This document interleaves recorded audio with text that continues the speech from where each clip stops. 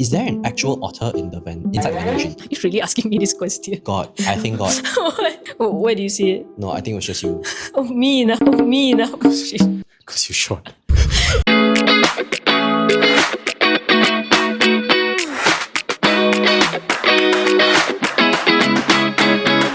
Hi guys, I'm Eeyong. And I'm Jee An. We are Otter Barista's founders, and Otter Barista is a robotic coffee vending machine company operating almost 100 machines in hospitals, office building, and universities around Selangor, Perak, Penang, and Kuantan for now. Today we're going to talk about Otter Barista's customer service approach and why it's important to us. Okay, people think it's all about vending machines, but honestly, what we do revolves heavily around people, right? Yeah, definitely.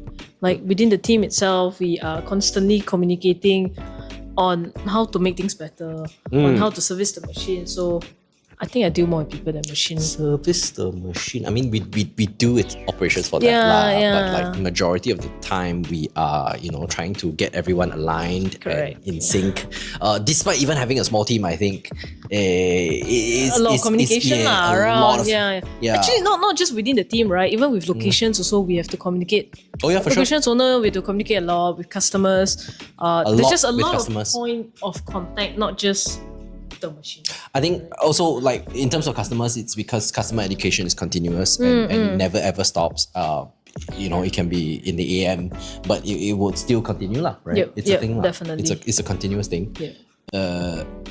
Is there an actual otter inside the vending machine? You're really asking me this question. God, I think God. What? God, I saw one the other day. You saw one? Yep. Where do you see it? No, I think it was just you.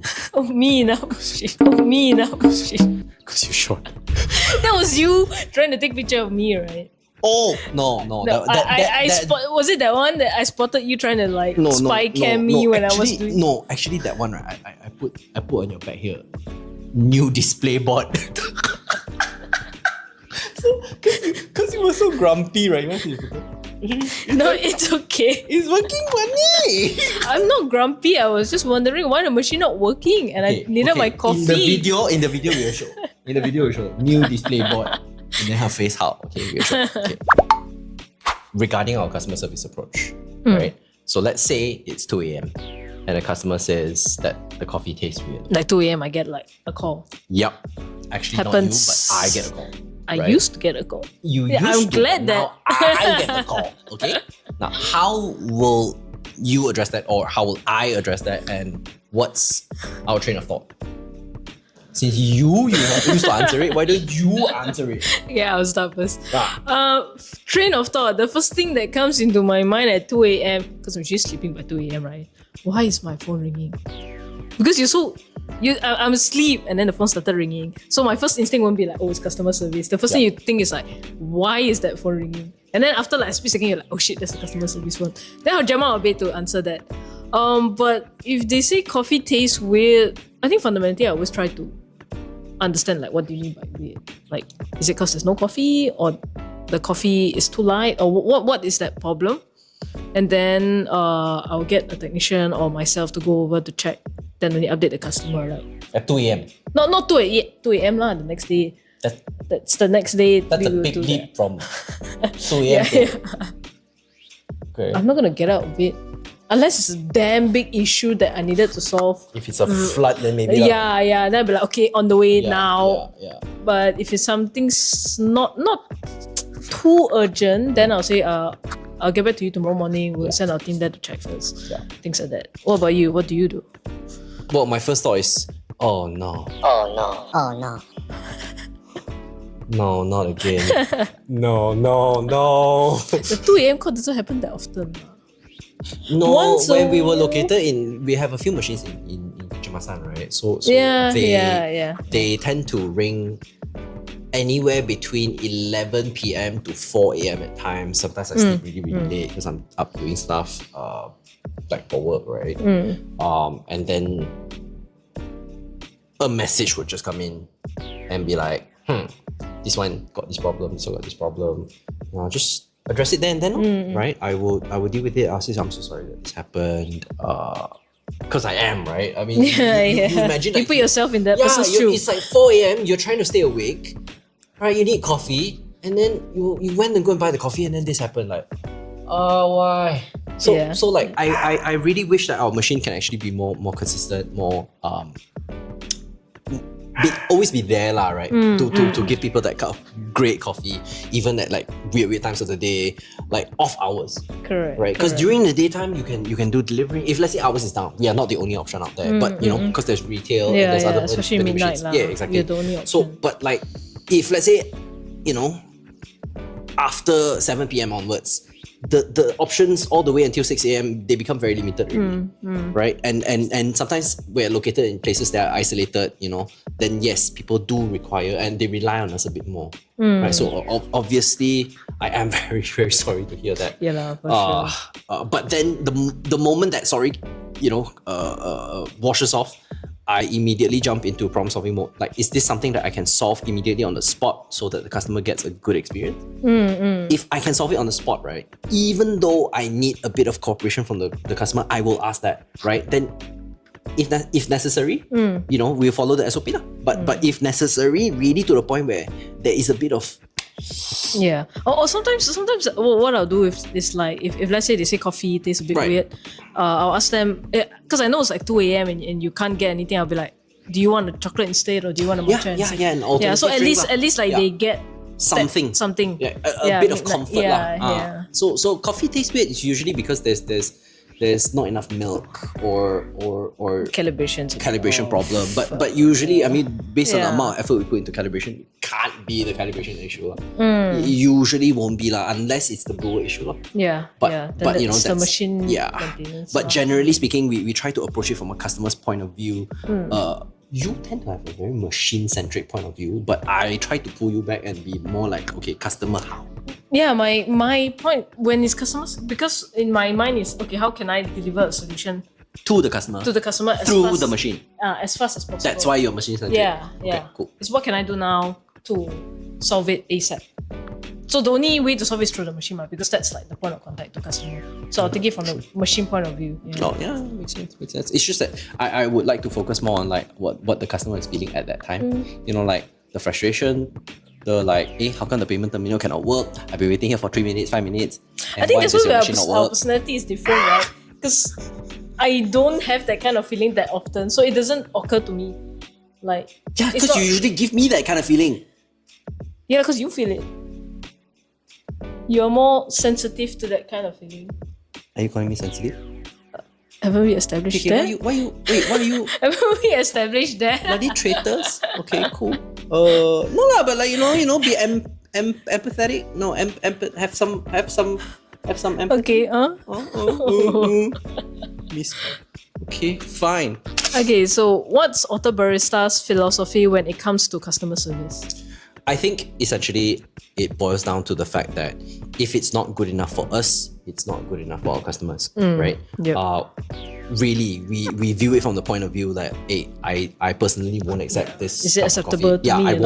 I won't. Like, take it back, right? Then from that point of view, we have to we try to engage the customers. You know, we try to engage the customers from that point of view. Like quality and convenience, like.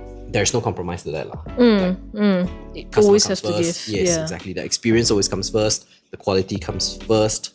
I think that's why, like, when we were developing the SOP for customer service, I think one of the key questions we were asking, like, can we accept this? I think like that's the basis when we deal with customer service. Let's say they complain about something, and then we have to ask ourselves, is this something that I can accept? Like what's our bottom line? Like what's our bottom line? Like how bad does it need to be, or rather how mildly inconvenient does it have to be in order for us to take a certain level of action? Correct. So just bear in mind that every time we get a customer feedback, we do take action. Yes, for sure. Yes, we have multiple eyes on the customer service line. Actually, there was a customer that contacted me earlier that said that there's a certain thing in our machine that's not working right. So I'm just a customer passing by trying to buy, but I guess not today. And I'm like, and I feel it, I really feel it. And I just like, wow, okay. Thankfully, we have somebody around the area, so he went and solved that immediately. Honestly, sometimes I'm quite grateful, like customers, although they can't buy it, they will let us know, like there's an issue to the machine. Like it's not like the customer really take effort or no. Yeah, and then we really try our appreciate best. that lah. We try our best to reach that within an hour, 2 hours, because sometimes our technicians within that area, they're dealing with certain Other issue. machines. Yeah, like maybe they have the machine half open, so they have to put everything back in the way. Yeah, make sure that it's functioning properly. Then only go and attend to that issue. So sometimes it can take up to about 2 hours, like depending on traffic as well, and depending on the issue at that particular location that they're at, that machine that they're at. Right? Yeah, they have to clean up the mess, so that they don't create another issue while they're trying to go and solve one issue. Yeah, so that's why it can take a bit of time as well. How do we handle complaints or errors in a way that reflects our brand values? What's our SOP, basically? How do we handle? I guess depending on what extent. With empathy. Please. Yeah, with empathy. Please, trying. please. But in terms of SOP, we try to give them back more than what they actually lost. Right. So the value that we give to them we will aim for that value to always be greater than the price that they pay. Correct. Yeah. But of course it's a subjective issue, right? So like value is subjective, but price, numbers, they don't change. But the value associated to it. So right. So actually, let's say you get a drink that doesn't have a coffee, doesn't have milk. Nani? Yeah. Take it back. How do we compensate them back? Like if let's say that happens. Well, now basically we're talking about like giving a drink replacement, right? That one is the bare Fundamental, minimum. Bare minimum. Drink replacement, one, or a refund, which we prefer not to give the refund, right? Because give back the drink. Then at least they will come again. Yes. Also because we want the customer to know that we've taken the action necessary to correct that situation. Correct. Give us another chance to make it right. Yep. Yeah. Then come back and see that this is the original, like this is what it's supposed to be, right? Sorry about that. Hiccup? Yeah. Issue? Yeah.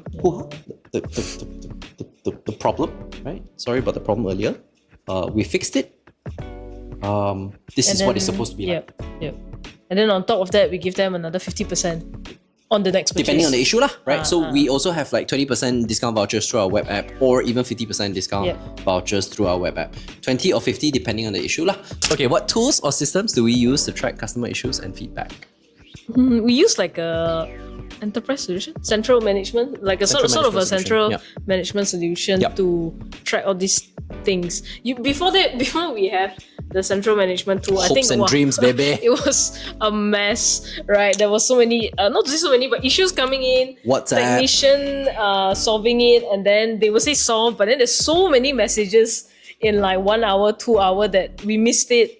Or the CS miss it, and if the CS miss it, they forget to update the customer. So that was a whole scene. It's a triangle, lah, right? Last time we don't even have CS, right? But once we had the CS, it used to be before the central management system. It used to be CS, technician, customer, right? And it falls this like triangle of death. Like, oh my god! If one communication breakdown, or the technician forget to overlook the message, that was a mess, man. But okay, I'm glad that we have the central management tool now. It's a lot easier, and a lot of things are automated. Yeah. So the CS gets a complaint, they raise a ticket within the system. Technician will get it, and they in real time. In real time, will get it immediately. Yep. And even if they missed it, I think every hour there's reminders. Yeah, reminders to ask them to check back, so we can be sure that they don't miss the message. Yep. And then once they solve it, once they take it down, then you automatically update CS. Yep. So at least that loop is closed. We can close the loops. Yeah. Right. Instead of keeping open loops open, keeping open loops open. Brain freeze. We close the open loop. We close the loop. So the loop becomes closed? Yes. Okay. Yes. The loop. It's closed. It's now closed. Now it's closed. Okay, whatever. How do we turn negative feedback into something positive or constructive? Do you want to get that? Since you are now more actively handling CS. You mean because I'm handling CS? Yeah. More actively. No, you do pitching like 2%. Yeah. Give it 2%. A lot more than that lah. No, you help me handle morning only. Yeah. You help me handle mornings? Morning is when everything comes in. Okay, actually, I help a bit lah. I handle more on the system and then I'll be like, hey, this one leave it to you. Yeah, I didn't talk to the customer. I was like, bro, that's the most important part. Anyway, how we turn a negative feedback into something positive or constructive.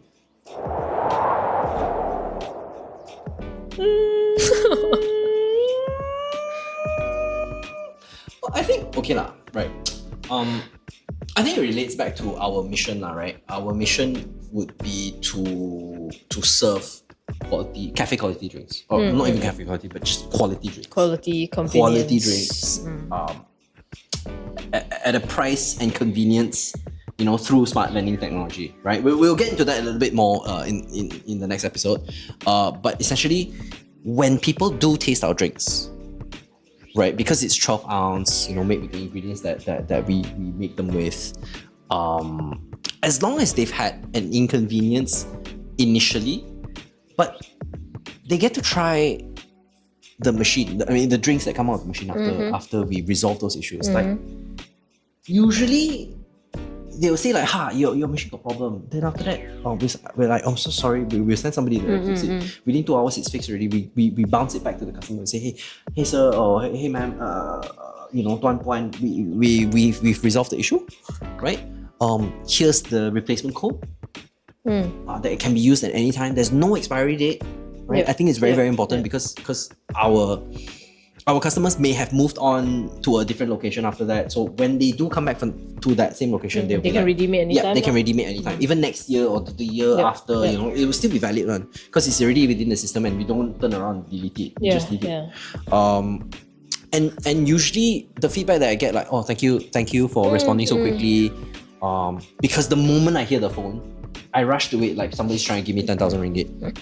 Okay, but no, like whenever I hear the phone ring, I always rush to it. Right?